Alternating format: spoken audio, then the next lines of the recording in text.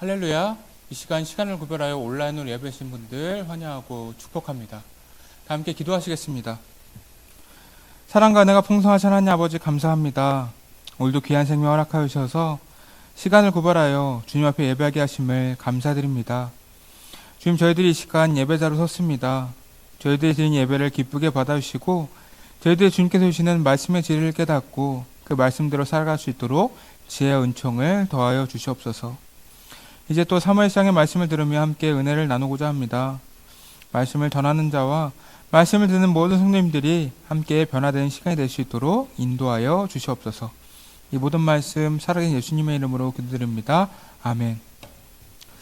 오늘 우리 계신 하나님의 말씀은 사무엘상 21장 10절에서 15절까지의 말씀입니다.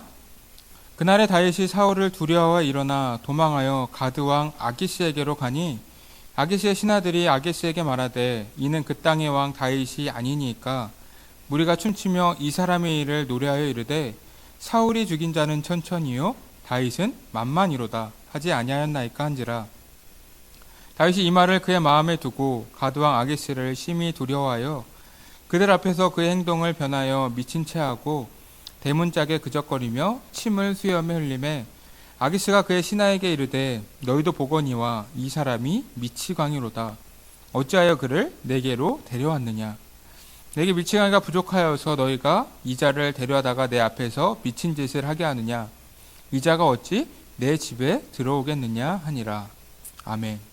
어느 여행자가 긴 여행을 떠나게 되었습니다. 그는 처음에는 자신이 올바른 길을 걷고 있다고 믿었지만 어느 순간 길이 점점 좁아지고 어두워지면서 길을 잃게 되었어요. 그는 여러 날 동안 애를 썼지만 이 길을 찾지 못하고 점점 지쳐갔습니다. 그때 한 노인이 나타나서 그에게 이렇게 말합니다. 너는 길을 잃은 게 아니라 길을 되돌아가야 할 때가 된 것이다. 여행자는 노인의 말을 따라 원래 길로 되돌아갔습니다. 그리고 자신이 잃어버린 방향을 찾게 되었어요. 결국 그는 자신이 올바른 길을 가고 있다는 확신을 다시 가질 수가 있게 되었습니다. 이 예화에서 알 수 있는 것은 길을 잃어버리고 낙심했을 때 다시 길을 돌아가면서 자신이 갈 방향을 찾아야 된다는 것을 알려주는 예화입니다. 때때로 우리는 신앙생활을 하면서 이 길을 잃고 방황할 때가 있어요. 그럴 때 우리는 우리의 삶을 되돌아보며 하나님께서 보여주시는 길로 나아가면서 다시 믿음을 회복해야 합니다. 그렇게 하였을 때 우리는 영적인 침체를 극복할 수 있고 주님께서 원하시는 길을 걸어갈 수가 있게 되는 거예요. 오늘 21장의 내용을 보시면 다윗이 노브로 간 후에 이스라엘 국경을 넘어서 블레셋의 땅인 가드로 가는 것을 볼 수가 있습니다. 이 이동 경로를 통해서 우리는 다윗의 영적인 상태와 이 심리 상태를 짐작해 볼 수가 있어요. 현재 다윗은 사울에게 찍혀서 이스라엘의 반역자가 되었습니다. 그래서 그는 이스라엘의 누구에게도 도움을 받을 수 없는 상황에 처하게 되었어요. 이때 다윗은 자신을 죽이려는 사울을 피해 이 노브로 피난을 가게 됩니다. 1절입니다. 다윗이 노베 가서 제사장 아히멜렉에게 이르니 아히멜렉이 떨며 다윗을 영접하여 그에게 이르되 어찌하여 네가 홀로 있고 함께하는 자가 아무도 없느냐 하니. 여러분, 지금 다윗은 먹을 것도 없을 뿐더러 자신을 지킬 무기도 없는 상황이에요.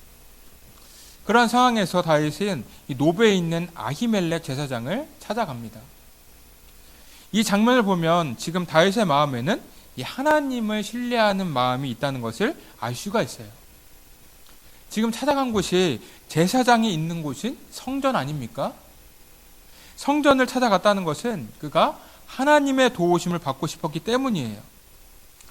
이러한 점이 다윗이 하나님의 사람이라는 것을 보여주는 장면입니다.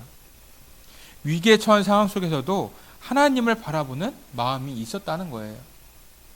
그러나 하나님을 온전히 바라보지는 못하였습니다. 이후 장면을 보면 다윗이 얼마나 두려움과 이 불안에 떨고 있었고 힘들어하고 있었는지를 짐작해 볼 수가 있어요. 자, 다윗은 아히멜렉 제사장에게 이 사울 왕의 명령으로 이곳에 왔으니 아무에게도 알리지 말라고 말합니다. 여러분, 이미 온 이스라엘 전역에 사울이 다윗을 죽이려고 한다는 소문이 퍼졌어요. 사울이 이미 다윗을 반역자로 찍지 않았습니까? 분명히 이 제사장도 알고 있는 사실이에요. 아히멜렉이 다윗을 보자마자 떨었던 이유도 그것이었습니다. 이 다윗으로 인해 자신과 자신의 사람들에게 피해가 올까 염려했기 때문이에요. 즉 다윗은 이 죽음에 대한 두려움으로 인해 금방 들통날 거짓말을 했다는 것입니다. 이런 거짓말을 통해 알 수 있는 것은 이 다윗의 심리 상태예요. 물론 믿음을 가지고 하나님의 집을 찾긴 했지만 그 마음속에는 아직까지 두려움과 불안한 마음이 있었다는 것입니다. 그렇게 다윗은 아히멜렉 제사장에게 먹을 양식과 이 무기를 달라고 하죠. 사울에서 급하게 도망쳤기 때문에 이 먹을 것도 없고 가진 것이 아무것도 없었기 때문이에요. 그래서 아히멜렉 제사장은 제사장이 먹는 떡과 골리앗의 칼을 다윗에게 건네주었습니다. 9절을 보시면 다윗이 골리앗이 칼이 있다는 것을 듣고 하는 말이 있어요. 그 같은 것이 또 없다라고 다윗은 말합니다. 자, 어떤 학자들은 이 골리앗의 칼을 좋은 의미가 있다고 말하지만 이 어떤 학자들은 이것을 좋지 않은 의미다라고 주장합니다. 이 좋은 의미라고 말하는 학자들의 주장은 이렇습니다. 이 다윗이 골리앗을 이기지 않았습니까? 골리앗의 칼은 그때의 전리품이에요. 그래서 이 골리앗의 칼을 보면서 하나님께서 자신이 골리앗을 이기게 한 은혜를 떠올리게 하는 좋은 의미를 가지고 있다고 주장하는 것입니다. 그렇다면 좋지 않은 의미는 무엇일까요? 이 다윗이 칼을 의지하며 나아갔다는 거예요.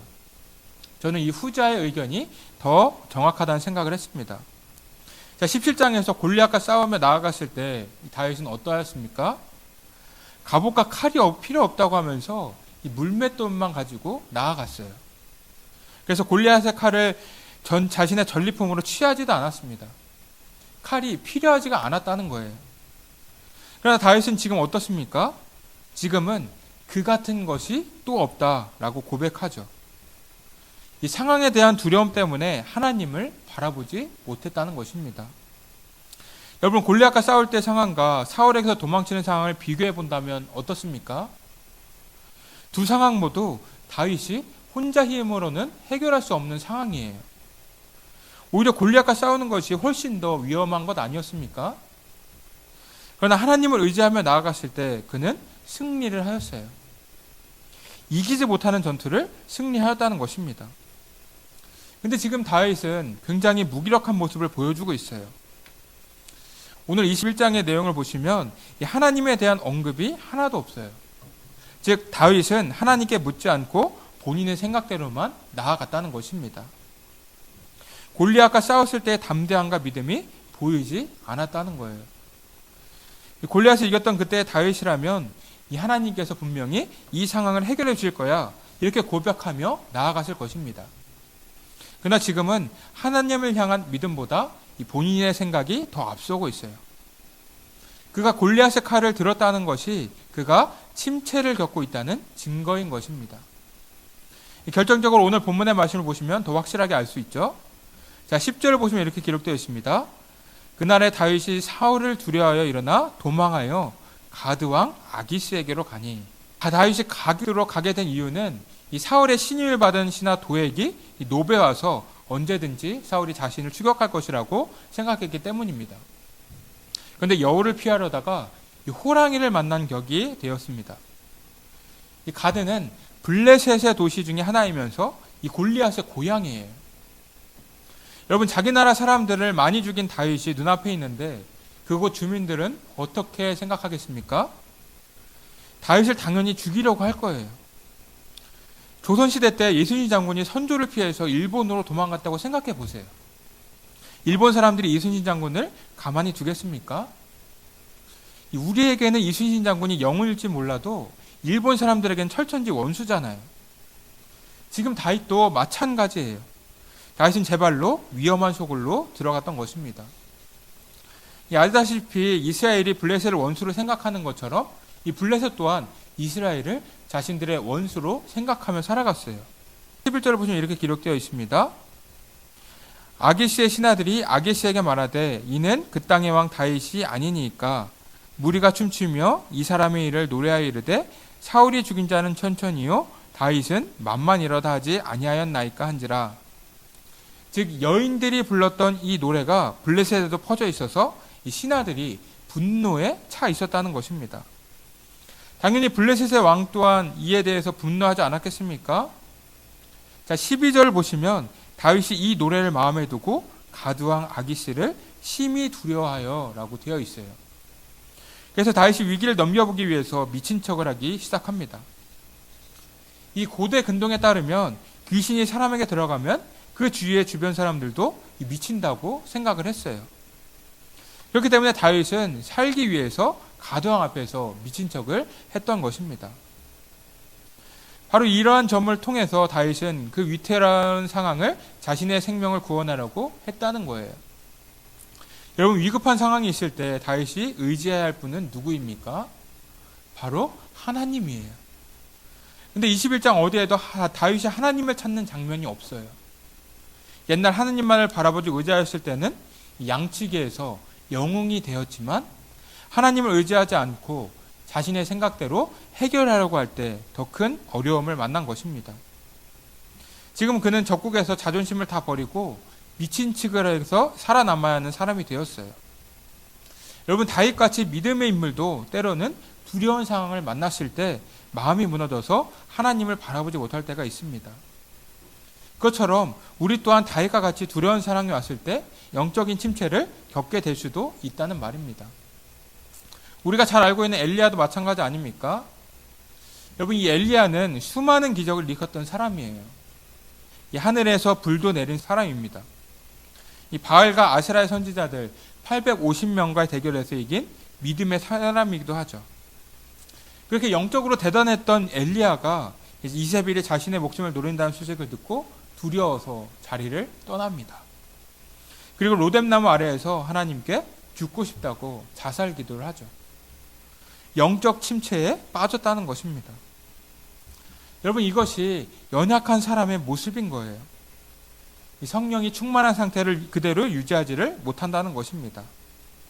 사탄이 계속해서 우리를 공격해서 우리가 영적인 침체에 빠지도록 만든다는 거예요. 우리 또한 힘든 일이 생겼을 때 지금 다윗처럼 사람을 의지하고 자신의 생각대로 행동할 때가 많을 것입니다. 그것은 이상한 것이 아니에요. 오히려 자연스러운 일입니다. 그러나 인간적인 방법에는 한계가 있어요. 세상의 방식으로 우리가 어느 정도 두려움을 이겨내고 해결할 수도 있지만 그것은 일시적인 해결책일 뿐 완전한 해결 방법이 아닌 것입니다. 우리들이 힘든 상황에서 모든 두려움을 이기고 승리하는 방법은 하나님께 묻고 나아가는 방법밖에 없는 거예요. 우리가 잘 아는 다니엘도 자신이 해결할 수 없는 문제를 하나님을 의지하며 해결한 것 아닙니까? 다른 신에게 기도를 하면 사자굴에 들어가는 법령이 있었음에도 불구하고 그는 하나님을 바라보고 의지했어요. 그때 하나님께서는 다니엘을 도우셨습니다. 여러분, 다니엘도 우리와 같은 사람이에요. 마음에 두려움이 없어서 그런 선택을 한 것이 아닙니다. 지금 눈앞에 보이는 상황이 우리가 보기에는 굉장히 견디고 힘들고 어려운 상황일지라도 하나님께서 함께 하신다면 능히 해결할 수 있을 것이라는 믿음이 이 다니엘에게는 있었다는 것입니다. 그래서 그는 하나님의 능력으로 사자굴에 들어갔음에도 살아남을 수가 있게 되었어요. 사탄은 우리를 쓰러뜨리기 위해서 늘 공격을 합니다. 우리가 믿음을 얻었다고 해서 이 영적인 싸움이 끝난 것이 아닙니다. 이제부터는 믿음을 지켜야 하는 싸움이 시작되는 거예요. 우리의 믿음은 연약하여서 언제나 사탄의 시험 속에서 무너질 때가 많다는 것입니다.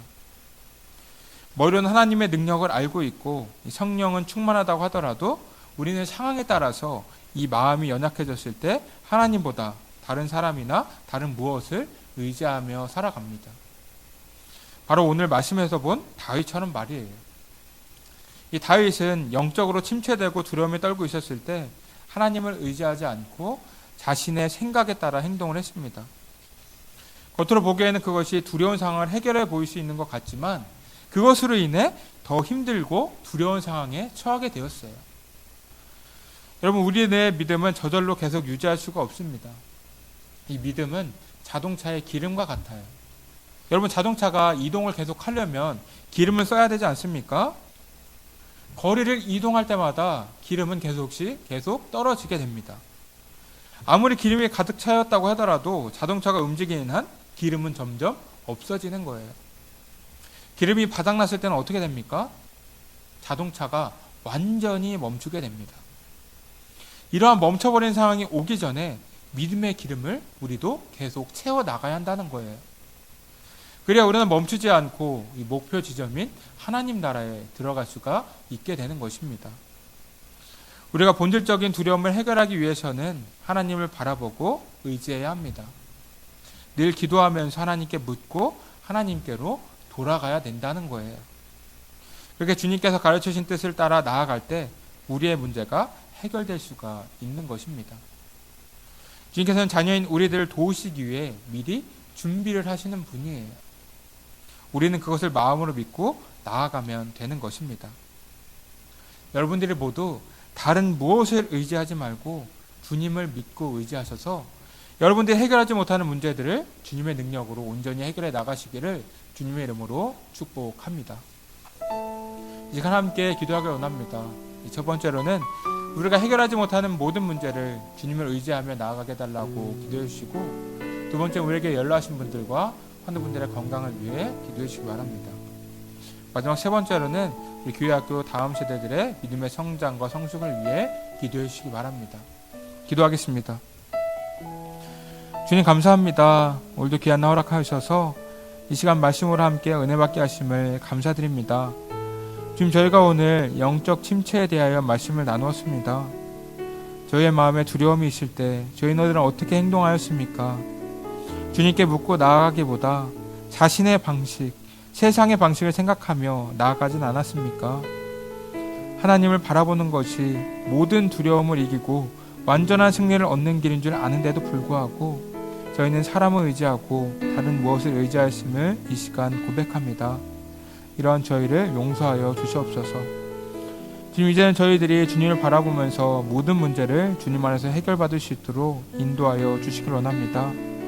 오직 주님만이 나의 산성이시고 오직 주님만이 나의 방패이십니다. 저희들의 마음이 언제나 주님을 향하고 의지할 수 있도록 인도하여 주시옵소서. 모든 것 주님께 맡기오며 살아계신 예수님의 이름으로 기도드립니다. 아멘.